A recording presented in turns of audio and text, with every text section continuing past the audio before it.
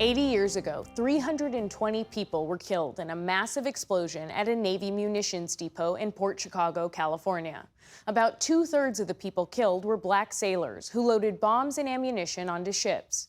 50 survivors refused to resume handling the explosives and were convicted of mutiny. Last month, the Navy Secretary posthumously exonerated the men who became known as the Port Chicago 50. Ali Rogan has more. The Port Chicago explosion was World War II's deadliest stateside disaster. It's also a blistering example of racism, negligence, and injustice in America. Steve Sheinkin wrote about all of it in his young adult book, The Port Chicago 50, The Disaster, Mutiny, and the Fight for Civil Rights. And he joins me now. Steve, thank you so much. The death toll at Port Chicago represented 1/5 of all African-American World War II naval casualties. Take us back to that day. What was it like for black sailors at Port Chicago? This was a base, a naval base in the Bay Area of San Francisco Bay. And all they did was load ammunition, and it was totally segregated, like all of the Navy was during World War II. So black sailors, many of them teenagers, were assigned to this base and loaded ammunition in 3 shifts, 24 hours a day. They understood about the racism in the country at the time, of course, but they also knew that it was unnecessarily dangerous, that they hadn't been given the proper training, and that something horrible was eventually going to happen. And sure enough, there was this huge explosion. 2 full ships, thousands of tons of ammunition exploded, killing over 300 people. And when these men were charged after they refused to return to loading ammunition, they were charged with mutiny, which carries the possibility of execution. Why did they receive that charge? Well, it happened over the course of a couple of weeks. First, they were given the gruesome task of cleaning up the base, finding bodies, but mostly parts of bodies. Then they were taken to another base in the Bay Area, not told anything about what they were going to be doing. And sure enough, a couple weeks later, they were marched down toward the loading dock to begin loading again. And at first, about 250 of them refused to go. And they were taken to a prison barge. Then after 3 days on the barge, they were taken in a very dramatic scene, taken to a baseball field. And an admiral came out yelling at them and telling them they were all going to be charged with mutiny if they didn't go back to work right away. Half of them were teenagers. They had a second or two to decide, do I go back to work? Do I go back to these conditions that I know are unfair? Or do I take a stand? And understandably, most of them went back. 50, this is where the term Port Chicago 50 came from. 50 of them refused, and they were indeed charged with mutiny and told, point blank, told that they were going to be executed by a firing squad. There was also a court of inquiry into this explosion. Did this court treat black soldiers differently than it treated the white officers who were overseeing them in these roles? Yes. For instance, the white officers got leave after this horrible disaster, and the black sailors did not. But also the Navy didn't really know. To this day, we don't know exactly what happened, what went wrong, some sort of accident or malfunction.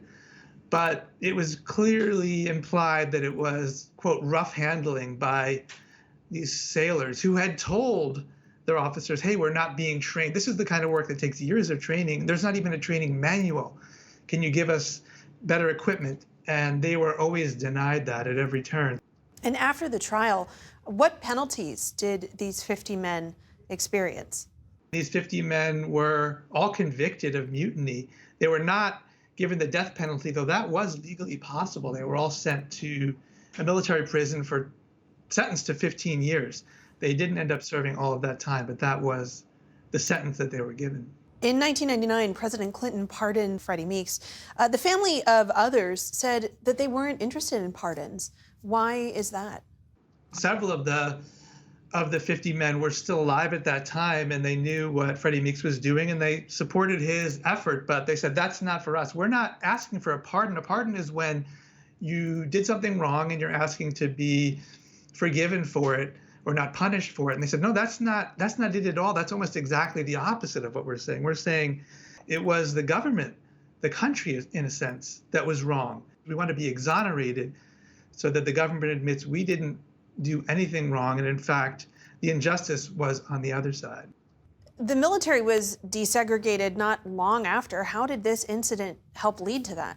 I think the most famous part of that story is Truman signing an executive order desegregating the whole military. But in fact, it was the Navy, to their credit, that desegregated first, largely in response to what happened at Port Chicago and some other, as they would call them, racial incidents, where they said, this just isn't working. The segregation isn't working. Let's just try integrating ships.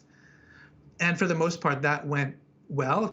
And so the rest of the military saw that and essentially gave Truman the okay to sign that executive order. But it largely came out of this stand that these young black sailors took at Port Chicago. This is such a sordid and significant chapter in American history. Why do we not know more about this? This is the summer of 1944, so you have to account for D-Day and all the things that are happening in Europe and the Pacific. But also, I think there's a bigger issue, which is that it doesn't fit our American narrative of World War II, which we like to think of as a really simple story in terms of good and evil, in terms of the sides.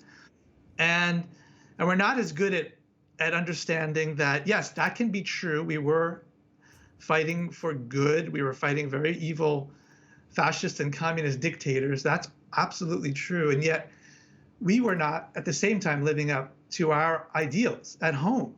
And these black sailors were, of course, a living embodiment of that. They were telling everybody who would listen that. And that doesn't exactly fit, or at least complicates, our World War II story. And I think, therefore, it doesn't make it into the mainstream version of our history. Steve Shanken, author of The Port Chicago 50, The Disaster, Mutiny, and the Fight for Civil Rights. Thank you so much. Thank you. Thank you for covering this important story.